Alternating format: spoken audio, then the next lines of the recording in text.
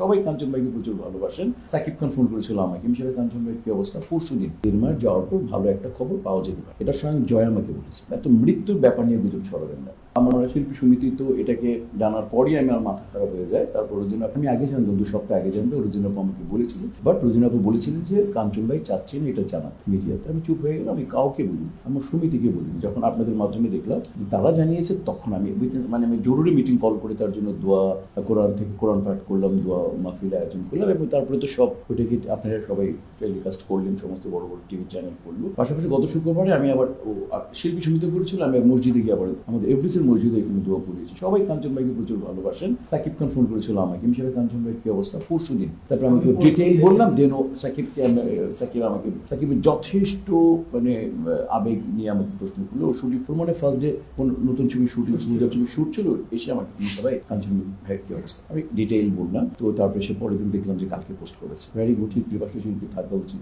Industry থাকা উচিত, দেশ থাকা উচিত। তার সেটা যদি শ্রদ্ধা কাঞ্চন সাহেবের মতো শিল্পী হয়, তাহলে তো আমাদের সবারই তার পাশে থাকা উচিত। কাঞ্চন ভাইয়ের লেটেস্ট অবস্থাটা সেটা হচ্ছে যে আমাকে জয় ফোন করেছিল, তার ছেলে। আগে থেকে আমরা পরিচিত ছিলাম, ও ইংল্যান্ডে, এবং নিরাপদ সড়ক চেয়ে আরেকজন সাংবাদিক বন্ধু আছেন, ভাইস প্রেসিডেন্ট লিটন ভাইয়া। তো উনিও ফোন করেছিলেন। বাট ছেলে ফোন করে বললো, চাচা বাবার অপারেশন হয়েছে, অপারেশন হওয়ার পরে তবে স্পিকিং একটু প্রবলেম হয়, স্পিকিং বাবা কথা বলতে চায় কিন্তু একটু কথা বলতে একটু কষ্ট হয়। তার ডাক্তার গুড নিউজ হচ্ছে, ডাক্তার বলছে যদি এখন তার রেডিয়েশন চলছে, কেমো থেরাপি বা রেডিয়েশন চলছে, তো ওই এটা 1.5 মাস চলবে।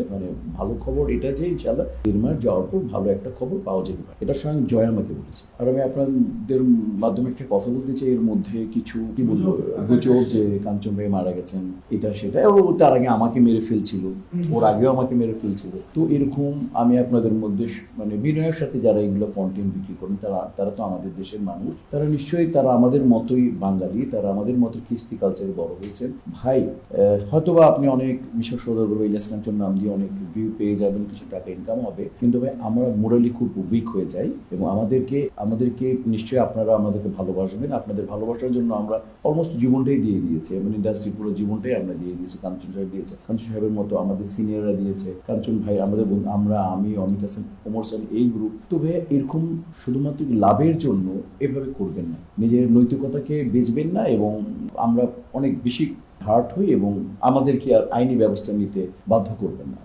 অনুরোধ রইব, কোনো শিল্পীকে বা কাউকে এইভাবে, কোনো সেলিব্রিটিকে এইভাবে আপনারা মৃত্যুর সংবাদটা অ্যাটলিস্ট না জেনে, শিল্পী সমিতি আছে, শিল্পী সমিতিকে ফোন করবেন, অন্য কোনো সমিতি, গায়কের যারা সংস্থা তাদেরকে ফোন করবেন। কোনো শিল্পী বা কোনো মানুষকে বা কোনো সেলিব্রিটিকে অনুরোধ করবো, আপনারা এভাবে গুজব, এত মৃত্যুর ব্যাপার নিয়ে গুজব ছড়াবেন না। বিনয়ের সাথে অনুরোধ করবেন।